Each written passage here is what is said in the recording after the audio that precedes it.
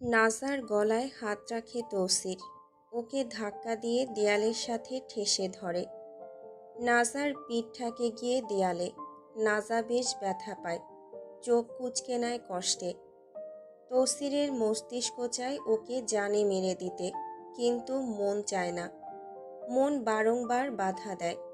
নাজার একদম মুখোমুখি হয়ে নাজার কালচে সবুজ নয়নের ন্যায় কঠোর চোখে চেয়ে বলে, দিতাম গলা টিপে, সাউয়া ফাইরা নিতাম।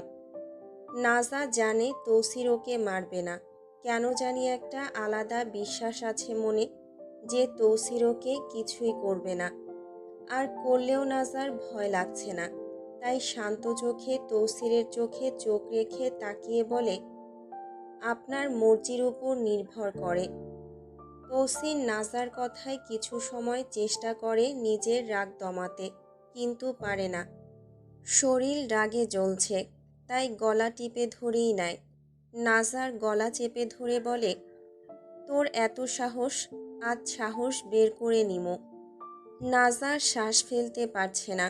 যন্ত্রণায় নিজের সবটুকু শক্তি দিয়ে তৌসিরের হাত চেপে ধরে নিজের দুই হাত দিয়ে, যাতে তৌসির ওকে ছেড়ে দেয়। গলা ফেটে যাচ্ছে, রগ মনে হয় বেরিয়ে আসছে ছিঁড়ে, এমন অনুভূতি হচ্ছে। তৌসির নাজার এমন অবস্থা দেখে নিজের রাগ দমন করে নেয়। নাজার গলা ছেড়ে দেয় আর রুক্ষ গলায় বলে, যদি বউ না হইতি তাইলে আইস্তরে এইখানেই কবর দিয়া দিতাম লো মাগি।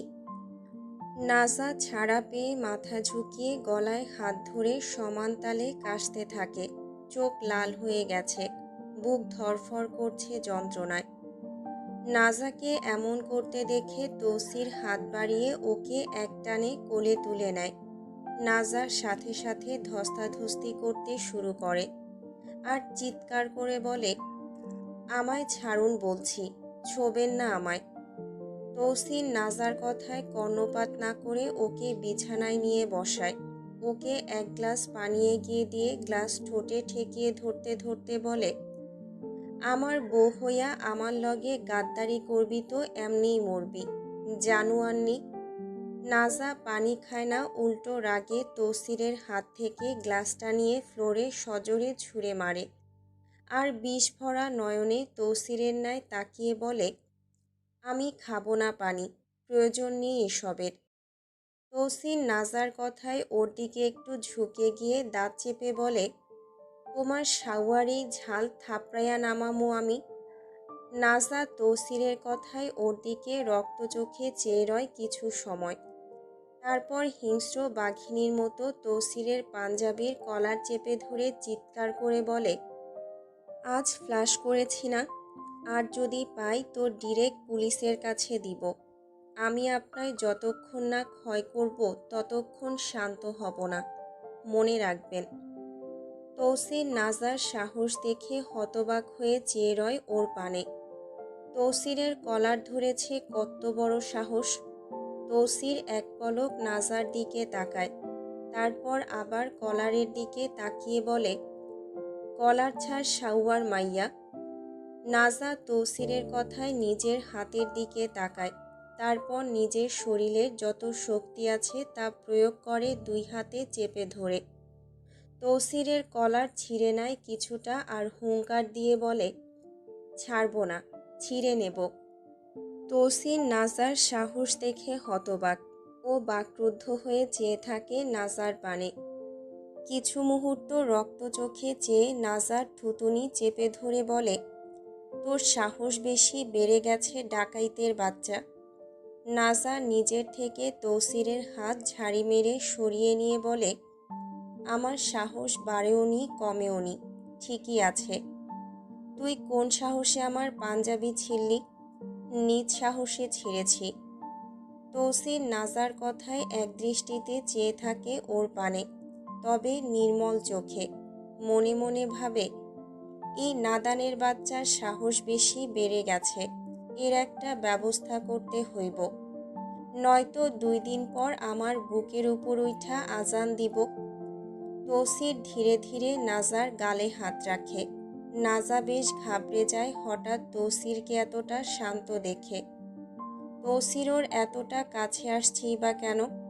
মনে ভয়ের খোরাক জাগে। তৌসির নাজাকে কিছু করতে যাবে তখনই ওর চোখ যায় নাজার গলায়। লাল দাগ দেখতে পায়, যেটি গলা চেপে ধরার জন্য হয়েছে। তৌসির এটা দেখে স্তব্ধ চোখে তাকিয়ে রয় নাজার গলার পানে। ফর্সা ধবধবে ত্বকে আঙুলের ছাপগুলো লাল দাগ হয়ে আলতো ভাসছে। এটা দেখে তৌসির আর কিছু না বলে নাজার থেকে ছিটকে দূরে সরে যায়। বুক ভরা অশান্তির শ্বাস ছেড়ে ঠাস করে বিছানায় নাজার পাশে চিত হয়ে শুয়ে পড়ে। হাঁটুর নিচ অবধি পা বিছানার বাইরে ঝুলিয়ে রাখে। নাজাকে একটু কষ্ট দিতে চায় না ও, কারণ যদি নাজাকে কিছু করে আর নাজা নিজের বাড়ির লোককে এসব বলে, তবে ওরা তৌসিরের সাদাসিধা ফুপুকে শান্তিতে সংসার করতে দেবে না। তাই নিজেকে সংযত করতে হবে। তৌসির কসম খেয়েছে নিজের দাদাজানের কাছে যে ও নাজাকে আগলে রাখবে। যদি ওয়াদায় আবদ্ধ না থাকতো তাহলে এতদিনে নাজার কবর খোঁড়া হয়ে যেত বা শরীরের বিভিন্ন অংশ বের করে নিয়ে বেচে দিত। এখন কিছুই করতে পারবে না। ভেবেছিল বউটা একটু নরম টাইপের হবে, ও যা বলবে তাই শুনবে, কিন্তু হলো উল্টোটা। এ তো বউ নামের শত্রু। তৌসির তো ভয়ে আছে নাজা না কবে ওকে ঘুমের মধ্যে কুপিয়ে নেয়। তৌসির সিলিংয়ের দিকে একদৃষ্টিতে চেয়ে এসবই ভাবছে। এদিকে নাজার ঘেন্নায় গা ঘিন ঘিন করছে কেন জানি। ও বসে আছে অগ্নিনয়নে ফ্লোরের দিকে তাকিয়ে। রাগ কন্ট্রোল করতে না পেরে দুই হাতে দাঁত চেপে বিছানার চাদর খাবলে ধরেছে। ফ্লোর থেকে চোখ তুলে আশেপাশে চোখ বুলায় এক নজর। তখনই চোখে পড়ে তৌসিরকে।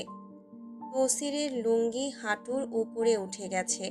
এতে ওর লোমযুক্ত ধবধবে ফর্সা পুরুষালী পা নাজার চোখে স্পষ্ট। নাজা ঘেন্নায় চোখ ফিরিয়ে নিয়ে ফিসফিসিয়ে বলে, নির্লজ্জ।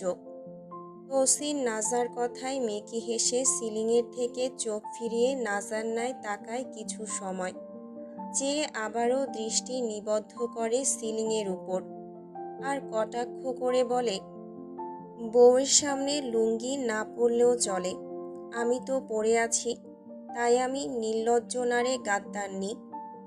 গাদ্দারনি? কত বড় কথা! নাজা চোখ বড় বড় করে তৌসিরের দিকে ঘাড় ঘুরিয়ে শক্ত চোখে তাকিয়ে সংযমদীপ্ত ভঙ্গিতে বলে, আমি আপনার সাথে কি গাদ্দারি করেছি এত বড় তকমা দিচ্ছেন? তৌসির দীর্ঘশ্বাস ছেড়ে নাজার দিকে ব্যঙ্গ দৃষ্টিতে তাকিয়ে বলে, এই যে আমার কয়েক হাজার লস করাইলা। নাজা নিজের অন্তর্জ্বালা দমন করে বলে, ভালো করেছি। এটা যদি গাদ্দারি হয় তবে আরও করব গাদ্দারি। তৌসির তুচ্ছ তাচ্ছিল্য ভরা গলায় বলে, হ্যাঁ তা তো করবি, তুই তো নোবেল প্রাপ্ত গাদ্দার পরিবারের মাইয়া। নিজের মুখ সামলে নিন, অতিরিক্ত বলছেন। খাঁটি কথা কইতেই ছ্যাতলাইয়া গেছে সাউয়া। নাজা এক লাফে উঠে বসে, রাগে শরীর ফাটছে। মন চাচ্ছে তৌসিরের বুকে একটানা কোপ মারতে মারতে কলিজা ছিন্ন করে নিতে। গালাগালি আর গালাগালি। নাজা রাগ নিয়ে বেডের সাইডের টেবিলের উপর যে পানির জগ রাখা ছিল সেটা হাতে নিয়ে কোনো কিছুর পরোয়া না করে তৌসিরের উপর ছুঁড়ে মারে। তৌসিরের উপর পানি পড়তেই ও হকচকিয়ে ওঠে। এমনটা আশা করেনি। এক ঝটকায় উঠে বসে। এশার নামাজ শেষে গ্রামের বাজারের একটা টং দোকানে বসে আছেন তালহা ভাই। গায়ে জড়ানো ছাই রঙের একটা শার্ট আর সাথে জিন্সের প্যান্ট। চুলগুলো সব সময়ের মতোই এলোমেলো রূপ নিয়ে কপালে পড়েছে কিছুটা। এক হাতে এক কাপ গরম চা আর অন্য হাতে জ্বলছে সিগারেট। এই দুই জিনিসই ওনার আপন বর্তমানে আল্লাহর পরে। চায়ের রস এক ফোঁটা না হলেই নয়। চা গিলতে গেলে কম্পার হিসেবে সিগারেটেও এক টান দেওয়া লাগে। সিগারেট টানতে টানতে কালচে দাগ পড়ে গেছে ঠোঁটে। উনি এসব খাচ্ছেন আর ভাবছেন একটা মিঠে অতীত নিয়ে। আর তা হলো নাজার বয়স যখন 14, তালহা ভাই একদিন রাতে আকাশের ন্যায় তাকিয়ে আকাশ দেখছিলেন। তখন নাজা ওনার পাশে এসে দাঁড়িয়ে নিজের সমস্ত সাহস একত্র করে একখানা বাণী ক্ষীণ গলায় উচ্চারণ করেছিল, তালহা ভাই, আমি আপনাকে পছন্দ করি, আমি আপনাকে পছন্দ করি। এই বাণী কর্ণগোচর হতেই তালহা ভাই স্তব্ধ হয়ে গিয়েছিলেন সেদিন। তবে তার দৃষ্টি আকাশপানে নিবদ্ধ থেকেছিল। তালহা ভাইয়ের অন্তর উত্তলতায় ভরপুর হয়েছিল। এমন মহাবাণী তিনি তার সুধা সঞ্চারিণীর মুখ থেকে শুনেছিলেন ওই মুহূর্তে। তালহা ভাই কথাটি শুনে মনে মনে আনন্দিত হলেও তা বাস্তবতার সঙ্গে মিলিয়ে নেননি সেদিন। তিনি জানতেন নাজা শুধুমাত্র আবেগের বশে এমন বাণী উচ্চারণ করেছে। সেদিন কিছু সময় চুপ থেকে তিনি ঘাড় ফিরিয়ে তাকিয়েছিলেন সুধাময় চোখে, নিজের রুদ্রণীর পানে। তারপর ঠোঁট আগলিয়ে হেসে স্নিগ্ধ সুরে বলেছিলেন, আবেগ ঝেড়ে বিবেক দিয়ে ভাব, দেখবি তোর ঝেড়ে ফেলা আবেগের সাথে এই তালহাও ঝরে যাবে তোর অন্তর হতে। তালহা ভাইয়ের উক্তি শুনে নাজা অসহায় দৃষ্টিতে তার দিকে চেয়েছিল। আজ কেন জানি সেই অসহায় মুখটা বারবার তালহা ভাইয়ের চোখের সামনে ভেসে উঠছে। চোখ দিয়ে 2 ফোঁটা পানি গড়িয়ে পড়ল ওনার। তালহা ভাই মানেই বাস্তবতার খোরাক। তালুকদার পরিবারের এত মারামারি এটা সেটা এসবে উনি নেই। উনি আলগোছে বাঁচেন বাবা থেকেও নেই।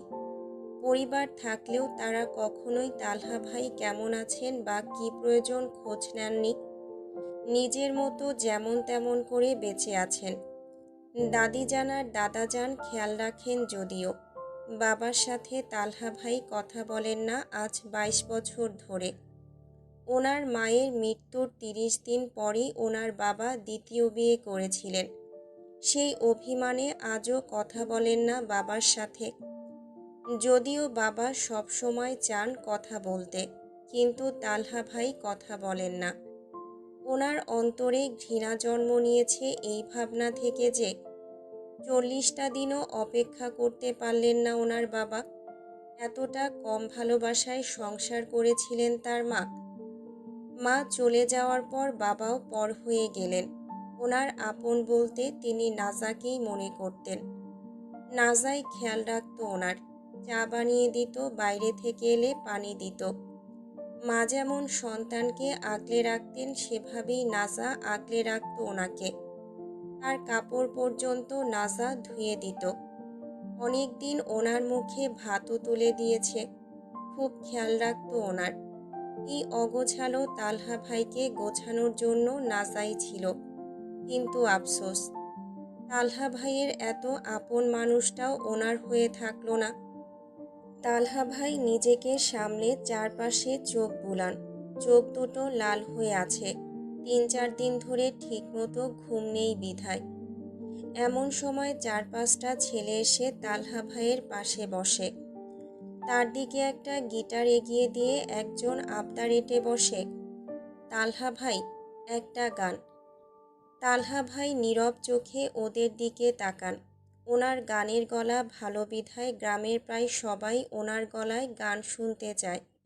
কি আর করা, ছোট ভাইদের আবদার।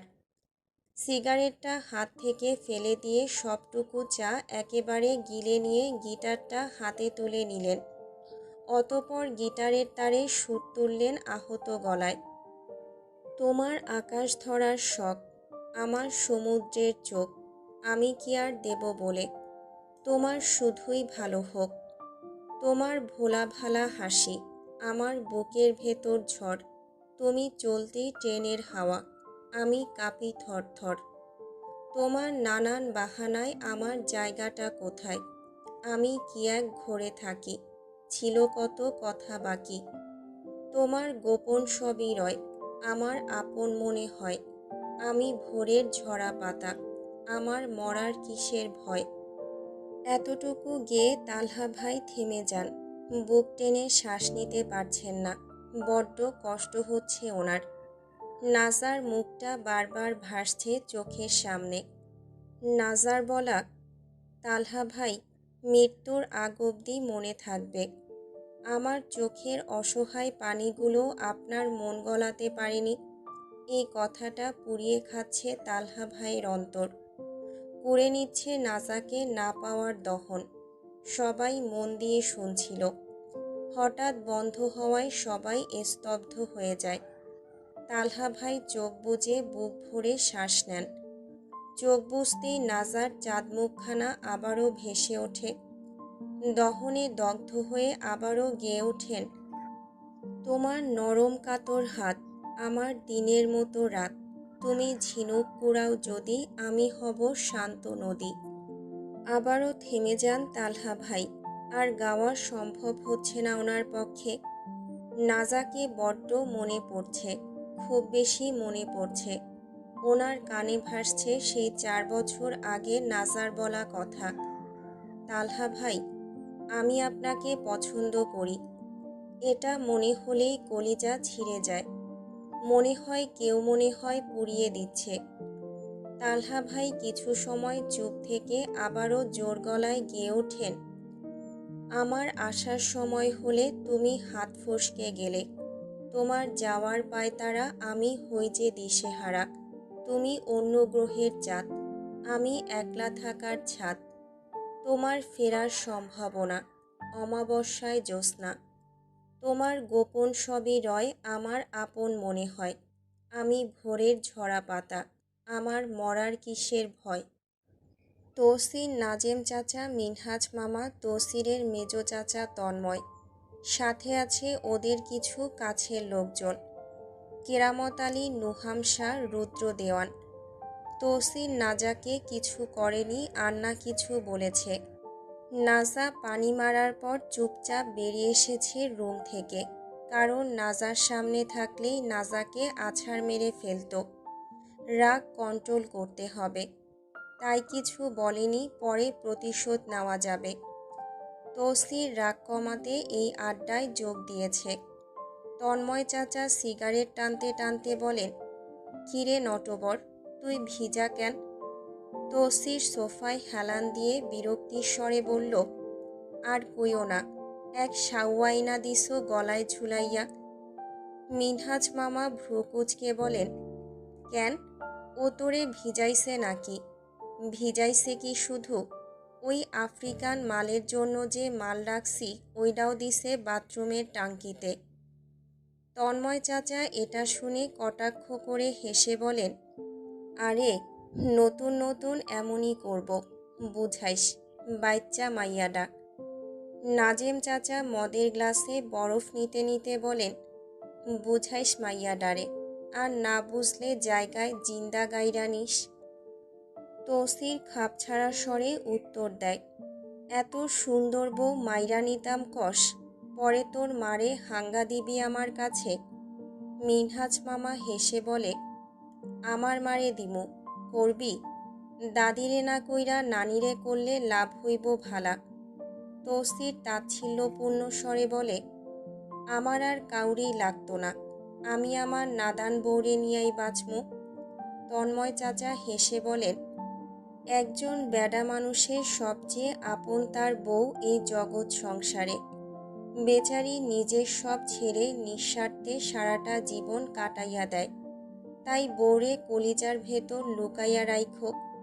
নিজে না খেয়ে তাকে খাওয়াইও, ঘাটতারামি করলে একটু বুঝাইও, তার হাতে 2-1টা মাইরও খাইও, তারপরও বউরে কষ্ট দিও না। তৌসির তন্ময় চাচার লেকচার শুনে তাচ্ছিল্যপূর্ণ স্বরে বলে, মেজো চাচা, বউরে বেশি ফর্স দিতে নাই, এগুলো বাদ দাও, কামের কথা কও।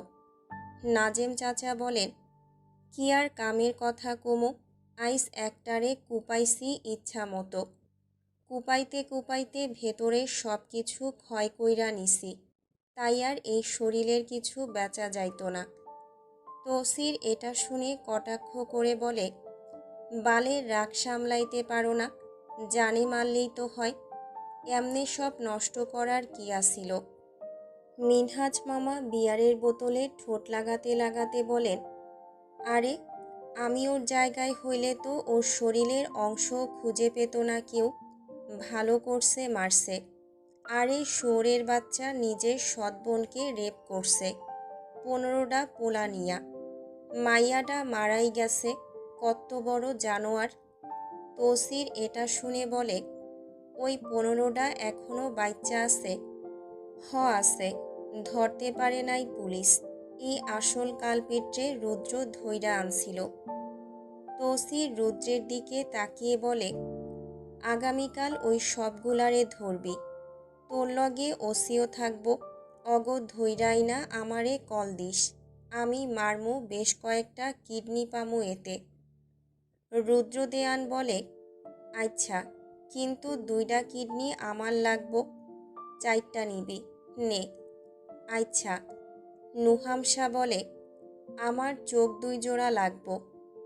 নাজেম চাচা ওর দিকে তীক্ষ্ণ দৃষ্টিতে তাকিয়ে বলেন, গতকাল না 2টা নিলি? আরও লাগবো ছোট চাচা, আরও 2টা। তৌসির বলে, আচ্ছা নিবি নে। আগে ওই খানকির পোলাগো ধইরা তো আন।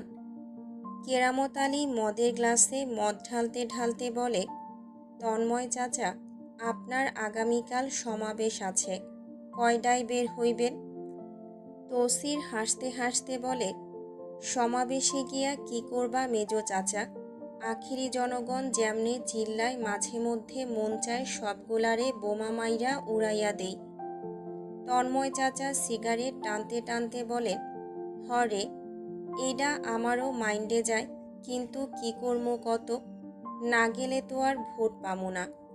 তৌসির হেসে বলে, যাও যাও, আর রাজনীতিবিদের নামে বড় দুর্নীতিবাজ হও। মিনহাজ মামা তাচ্ছিল্যপূর্ণ স্বরে বলেন, এইবার যত টেন্ডারের টাকা আইব সব বেশঅর্ধেক মাইরা দিবা মেজো ভাইসাব। নাজেম চাচা বলেন, বেশ অর্ধেক কেন, পুরাটাই খাইয়া নিও। কি করবা মাইনষের লাগি কইরা? মানুষ তো আর ভালা কইত না। তৌসির রুমে আসে। রাত এখন 3টা। নাজা পানি মারার পর যে গিয়েছিল আর এই এলো। ড্রাগস নিয়েছে হালকার উপর ঝাপসা একটু, তাই কিছু সময় বসে ওটার নেশা কাটিয়ে ঘরে এলো। নেশা কাটার আগ অবধি রুমে প্রবেশ করেনি, কারণ এখানে নাজা আছে। নিজের কন্ট্রোল হারিয়ে অসহ্য কিছু হয়ে যায় তবে কি হবে? নাজার সামনে নিজের পুরুষত্বের নিয়ন্ত্রণের সম্মানটা পানসে হয়ে যাবে, সারা জীবন দাগ থেকে যাবে। আর যে নাজা, তৌসির এই কয়দিনে এটা বুঝে গেছে, যদি কিছু হয় ওদের মধ্যে অমন রকম, তবে নাজা তৌসিরকে সারা জীবন খোঁটা দেবে। তৌসির দীর্ঘশ্বাস ছেড়ে ধীরে ধীরে সামনে এগিয়ে নাজার পাশে এসে দাঁড়িয়ে নাজাকে দেখতে শুরু করে। নাজা ডান কাত হয়ে শুয়ে আছে। ওর মাথার কাছে একটা সাদা বিড়াল পেট উল্টে শুয়ে আছে।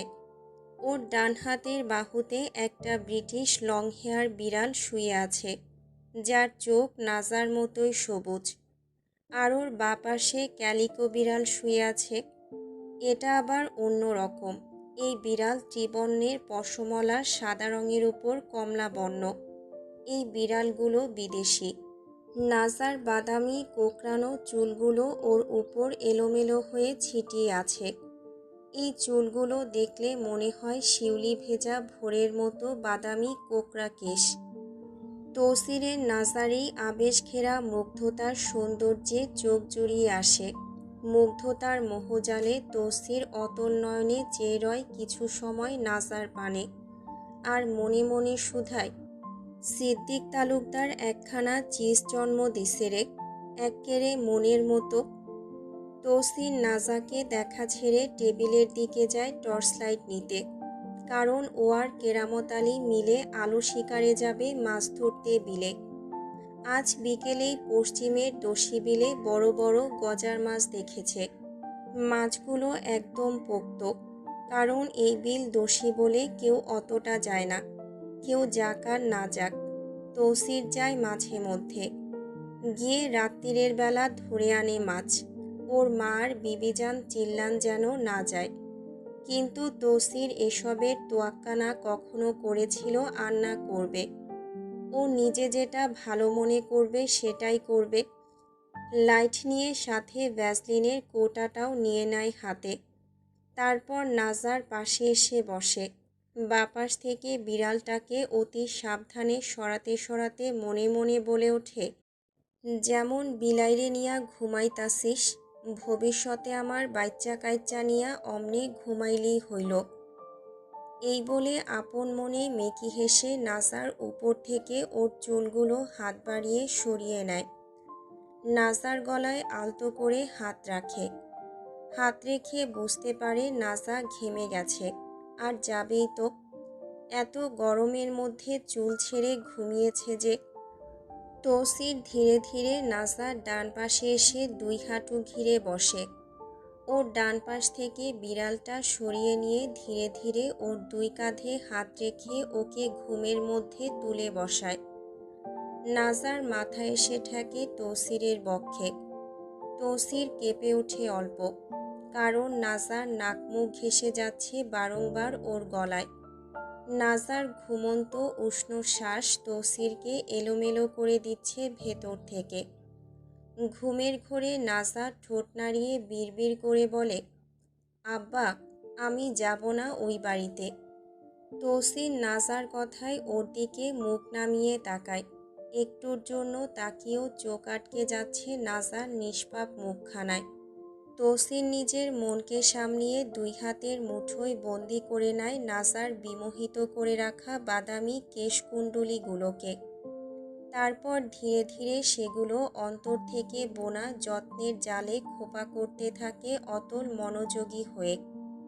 খোপা করা শেষ হলে আপন মনেই বলে, সাউয়ার মাইয়ার এক চুল মাইরি, পাটের মতো আমায় হ্যারান কইরা দিল। এই বলে নাজার কাঁধে হাত রেখে ওকে শোয়াতে যায় ফের। তখনই আবারও নজর আটকায় নাজার আবছা চাঁদের আলোয় ঝলমল করা শশীময় চেহারায়। তৌসির মোহাবিষ্টতায় চেয়ে রয় নাজার এই চাঁদের আভায় মোহময় চেহারায়। কি একটা ভেবে ধীরে ধীরে নাজার বাগালে নিজের নাক মুখ ঠেসে ধরে চোখ বুজে রয়। নিজের স্ত্রীকে প্রথম চুম্বন করল তৌসির। ভেতরটা ফেপে উঠছে এই অনুভূতিতে। বুক ধরফর করার পরও তৌসির নিজের নাক মুখ ঘেঁষে রয় অনেক সময় নাজার নরম গালখানায়। মন চায় না নাজাকে ছাড়তে। যদি নাজাকে আপন বক্ষে টেনে নিয়ে কয়েক কোটি বছর ঘুমাতে পারত, তবে হয়তো শান্তি লাগত তৌসিরের এই অশান্ত মনে। নাজা মাইগ্রেনের ব্যথার ওষুধ খেয়ে ঘুমিয়েছে, তাই এসবের খবর ওর নেই। ঘুমের দেশেই তলিয়ে আছে। আর এমনিতেও ওকে ঘুমের মধ্যে কেউ উড়িয়ে নিলেও ও টের পায় না এমন বেজাতি ঘুম ঘুমায়। নাজাকে আলগোছিয়ে শুইয়ে দিয়ে ওর গলায় ভ্যাসলিন লাগিয়ে দেয় তৌসির। তৌসিরের মনটা এখনও বড্ড অশান্ত হয়ে আছে। নাজাকে ছাড়তেই ইচ্ছে হচ্ছে না। ভেতরটা কেমন কেমন করছে, কিলবিলিয়ে উঠছে। নিজের মনের এই বেহাল দশায় তৌসির বিরক্ত হয়ে শুধায় আপন মনে। শুয়োরের বাচ্চার একটু কাছে আইলেই ভিতরে কুত্তা দৌড়ানি শুরু হইয়া যায়। এই বলে উঠতে উঠতে আবার বলে, এই আরেক সাউয়ার যন্ত্রণা। হাতের লাইট নিয়ে কক্ষ থেকে বেরিয়ে আসে, তবে দরজার কাছে এসে আরেকবার পিছনে তাকায় ঘুমন্ত নাজাকে দেখার জন্য। দেখে অজান্তেই মুচকি হেসে বলে, মাইয়াডা সুন্দর আছে। এই বলে বেরিয়ে আসে। বাড়ির বাইরে এসে হাতের টর্চটা জ্বালিয়ে কেরামত আলীকে নিয়ে বের হয় বিলের উদ্দেশ্যে। কেরামত আলী পা ফেলতে ফেলতে বলে, ভাইজান, কোচ আনছি 9টা। তৌসির লুঙ্গির কোণ তুলে ধরতে ধরতে বলে, হ, ভালাই করছিস, আগেরটায় ধার ছিল না। কেরামত আলী এবার জিজ্ঞেস করে, ভাইজান, এত দেরি হইল কেন আপনার? তৌসির উত্তর দেয়, আর কইস না, তোর ভাবির লাগি দেরি হইয়া গেছে। এটা শুনে কেরামত আলী আর কিছু বলে না, চুপচাপ কিছু সময় পার করে। তারপর আবার প্রশ্ন করে, আচ্ছা ভাইজান, একটা কথা কই। কি কবি, ক। তুই তো কথাই কস খালি। কেরামত আলী অনুমতি পেয়ে জিজ্ঞেস করে, আপনার সাধুকর্ম সম্পর্কে সব যাই নাও, ভাবি আপনারে কিছু কয় না। তৌসির কেরামতের প্রশ্নে অল্প হাসে, অতঃপর উত্তর দেয়, কিছু কয় না মানে? আমারে জেলে দিবার ডর দেখায়, আর কিতা কমু তোরে। কেরামত আলী এটা শুনে বুক টেনে শ্বাস ছেড়ে বলে, সাবধানে থাইকেন ভাই, খবিশদের মাইয়া আনছেন। কথা বলতে বলতে এতক্ষণে বিলের কাছে চলে এসেছে ওরা। তৌসির কোষটা কেরামতের হাত থেকে নিতে নিতে বলে, জানি ও খবিশের ঘরে খবিশ নোবেলপ্রাপ্ত গাদ্দারনি, কিন্তু কি করমু, বউ তো আমার, আর বউয়ের বেলায় সব গাদ্দারি মাফ। কেরামত এটা শুনে হাবলার মতো হেসে বলে, হ, বউয়ের বেলায় সব মাফ, বউ মনের রানী। বউরে মনের রানী করলেও রাজত্ব বউয়ের হাতে দেওয়া উচিত না। কেন?